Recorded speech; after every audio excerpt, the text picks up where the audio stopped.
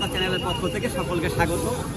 আমরা আজ রওনা হয়েছি, আজ 6 জুন 6/6/2024। আমরা কিন্তু আজকে হায়দ্রাবাদের উদ্দেশ্যে রওনা হয়েছি। আপনাদের এর আগেও বিভিন্ন হায়দ্রাবাদ, ব্যাঙ্গালোর, চেন্নাই বিভিন্ন জায়গার মেডিকেল যে ইনফরমেশন, সেই মেডিকেল ইনফরমেশন কিন্তু আপনাদের দিয়ে থাকি এবং আপনাদের সহযোগিতা হয়। বিশেষ করে বাংলাদেশে যারা থাকেন, ত্রিপুরা যারা থাকেন, যারা উত্তরবঙ্গে থাকেন, তাদেরকে কিন্তু এই ইনফরমেশনগুলো খুব কাজে লাগে। তো আপনারা part 1, part 2, part 3, part 4, part 5 এইভাবে আলাদা আলাদা বলছি কেন, আপনারা প্রত্যেকটা ডিসক্রিপশনে দেওয়া থাকবে, এক এক করে পার্ট করে দেখবেন, আপনাদের ভালো লাগবে। আর সঙ্গে থাকুন, সাথে থাকুন। এই মুহূর্তে রয়েছি নিউ জলপাইগুড়ি রেলওয়ে স্টেশন, যেটি ব্যস্ততম railway station, international railway station, যেখান থেকে বাংলাদেশ থেকে এসে এখান থেকেও আপনারা সব জায়গায় যেতে পারেন চিকিৎসার জন্য। এবং উত্তর পূর্ব ভারতের যে সমস্ত যাত্রী, আপনারা কিন্তু এখান থেকেই সবাই বিভিন্ন জায়গায় চিকিৎসার জন্য যান। এরপর তো আপনার এয়ারপোর্ট রয়েছে, সেখান থেকেও আপনারা যেতে পারেন, সেটাও আমার দেওয়া থাকবে এয়ারপোর্টের থেকে। কিন্তু রেলওয়ের থেকে কিভাবে যায় সেটাই আপনারা দেখতেই পাচ্ছেন যে এনজিবি রেলওয়ে স্টেশন কতটা ব্যস্ততম রেলওয়ে স্টেশন।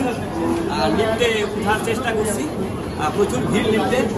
ব্যস্ততম রেলওয়ে স্টেশন নিউ জলপাইগুড়ি। প্রচুর ট্রেন কিন্তু এখান থেকে যাতায়াত করে, প্রচুর ট্রেন কিন্তু এখান থেকে ছাড়ে। আজকে সেকেন্দ্রাবাদের ট্রেন সাপ্তাহিক 4টে করে ট্রেন সেকেন্দ্রাবাদ যায়। এছাড়া ব্যাঙ্গালোরের ট্রেন দৈনিক যাচ্ছে এবং চেন্নাইয়ের ট্রেনও কিন্তু যাচ্ছে।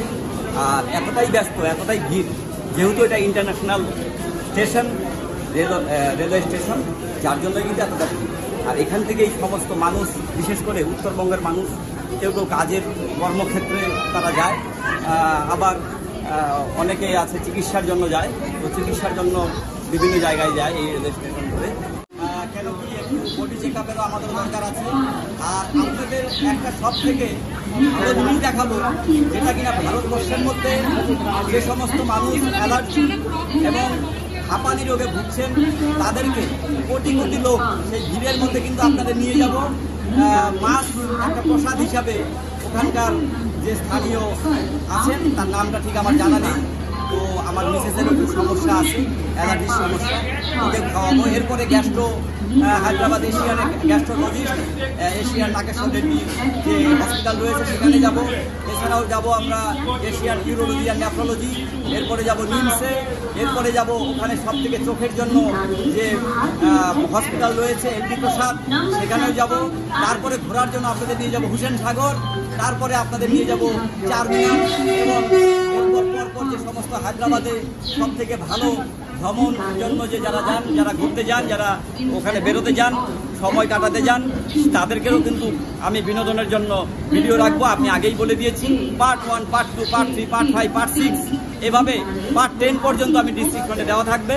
প্রত্যেকটি পার্ট বাই পার্ট আপনাদেরকে কিন্তু দেখতে হবে, তবেই কিন্তু আপনারা বুঝতে পারবেন কোথায় গেলে কোনটা ভালো হবে, আপনারা কিভাবে যাবেন, কোথায় নামবেন, কোথার থেকে কোথায় যাবেন, এই সমস্ত আপনাদের দেখানোর সাথে থাকবে। সেকেন্দ্রাবাদের উদ্দেশ্যে রওনা হয়েছি। আমরা এই মুহূর্তে একটু পেন্টিকারের দিকে যাচ্ছি। যে খাবার তাদের পরিবেশন আশা করি ভালোই হবে। এর আগেও খেয়েছি পেন্টিকারের খাবার। তো ট্রেনে উঠলে তো পেন্টিকারের খাবার না খেয়ে যাওয়াই যাবে না।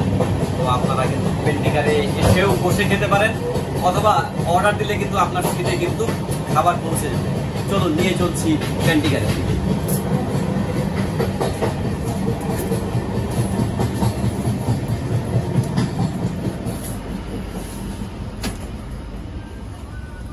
আমরা B4-এ আছি, তো আমরা পেন্টিকারের দিকে যাওয়ার চেষ্টা করছি।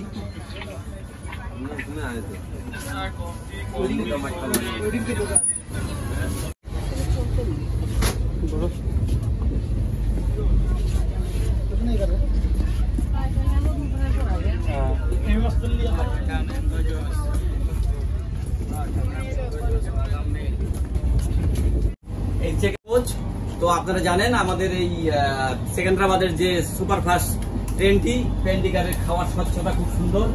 আমরা অনেক সময় অনেক ট্রেনের খাওয়ার অনেক কিছু বুঝি, অনেক কিছু জানি, অনেক সময় কমপ্লেন হয়, কিন্তু আমি এই হায়দ্রাবাদ যাওয়ার সময় অনেক সেকেন্দ্রা এক্সপ্রেস সুপারফাস্টে গিয়েছি এবং দেখেছি যে এদের খাওয়ার পরিবেশন খুব ভালো। এবং আপনারা দেখছেন একদম পরিষ্কার পরিচ্ছন্নভাবে এরা হাতে গ্লাভস পরে কিন্তু খাবার পরিবেশন করে এবং সবকিছু নিয়ম নিষ্ঠা মেনে কিন্তু চলে। খুব সুন্দর প্যাকিং হচ্ছে রাত্রে খাবারের জন্য।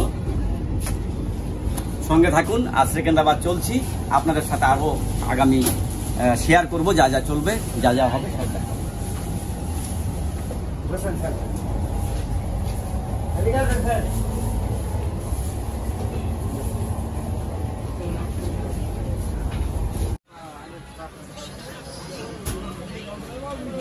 আমরা বিশাখাপত্তনম, আপনারা জানেন বিশাখাপত্তনম একটি সামুদ্রিক বন্দর এবং এখানে জাহাজ ঘাঁটি রয়েছে।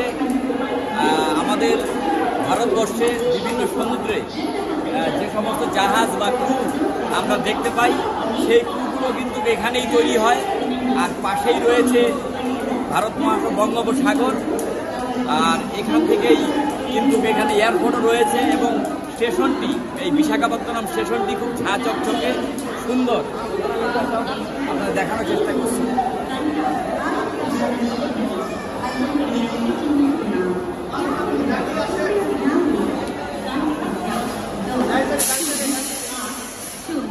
Now, 1004